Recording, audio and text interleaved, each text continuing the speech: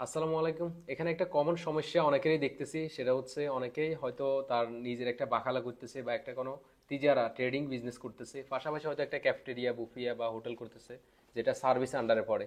So দুই টাইপের business করার কারণে তার যে লাইসেন্স, এখন ইনভেস্টমেন্ট লাইসেন্স করবে, সেটা কোন টাইপের করবে, কি বাখালার জন্য করবে নাকি বা তার সার্ভিস বেস বিজনেসগুলোর জন্য করবে। তো এটা নিয়ে অনেকে কনফিউশনে থাকেন, তো এটার আজকে একটা সমাধান আপনাদেরকে দিব। প্রথমে এই কনসেপ্টটা আমি আপনাদেরকে আবারও ক্লিয়ার করি। এখানে লাইসেন্স দুই টাইপের হয়, একটা হচ্ছে তিজারা, একটা সার্ভিস। মানে সার্ভিস বলতে সেবামূলক সব বিজনেসই আপনি এই লাইসেন্স দিয়ে করতে পারবেন। এটার ভিতরে যে হোটেল রেস্টুরেন্ট এগুলো একটু সেবা দিয়ে সেল করে আর কি, ডাইরেক্ট সেল করে না।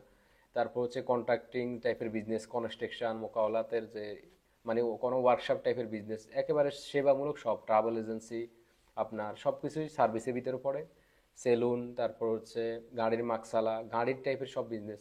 আর এদিকে ট্রেডিং এর ভিতরে যে কোনো পণ্য আপনি কিনে আনি, পাইকারি কিনে আনি খুচরা সেল করেন, এটা সুপার মার্কেট হোক, বাখালা হোক, বা কোনো স্টেশনের দোকান হোক, যেটা আপনি বানাইতেছেন না, আপনি হয়তো ইম্পোর্ট করতেছেন, দেশের বাইরে থেকে এক্সপোর্ট করতেছেন এবং সেল করতেছেন।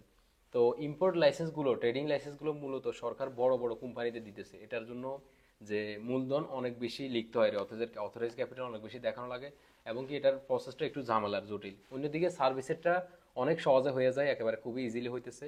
তো আপনার যদি দুই দিকেই বিজনেস থাকে, তাহলে আমি আপনাদেরকে সাজেস্ট করবো আপনারা সার্ভিস লাইসেন্সটা করে নেন। সার্ভিস লাইসেন্স যেসব বিজনেসগুলো আপনি আপনার নিজের নামে করেন, এবং নতুন যেগুলো করবেন সেগুলো আপনি আপনার নামে করতে পারবেন। টিজারটা আপনি আস্তে আস্তে ওইখান থেকে গোলায় নিতে পারেন, অথবা আপনি চাইলে সেফলি যদি করতে পাইতেছেন বর্তমানে যেভাবে করতেছেন এভাবে চালিয়ে যান। আর ইনভেস্টর হওয়া এটা না যেন আপনি সব কিছু ঝামেলা সব নিজের কোম্পানিতে ঢুকাই ফেলবেন।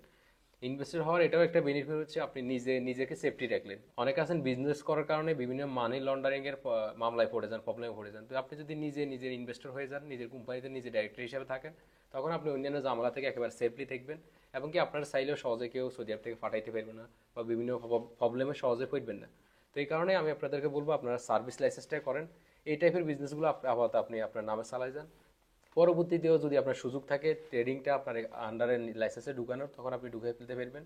অথবা আপনার যদি মনে করেন যে আপনার তিজারা বিজনেসটা বেশি প্রয়োজন, এটা করা দরকার, সেক্ষেত্রে আপনি এক দেশের কোম্পানি এনে তো সার্ভিস লাইসেন্স করলেন, আপনি বাহির থেকে আরও দুই দেশে দুইটা কোম্পানি আনি, তিনটে কোম্পানি এনে আপনার যে লাইসেন্সটা ওইটাকেও আমরা আপনার তিজারা লাইসেন্স করে দিতে পারবো। তবে এখানে আরেকটা বিষয় আপনাদেরকে ক্লিয়ার করি, আপনি যদি তিজারা ট্রেডিং লাইসেন্স করেন তাহলে আপনি সার্ভিস করতে পারবেন না, আবার সার্ভিস লাইসেন্স করলে আপনি ট্রেডিং করতে পারবেন না। দুইটা সম্পূর্ণ সেপারেট ইন্ডাস্ট্রি, কারণে আপনারা শুরু করলে সার্ভিস দিয়েই শুরু করতে পারেন। আশা করি সবাই বুঝতে পেরেছেন। ধন্যবাদ।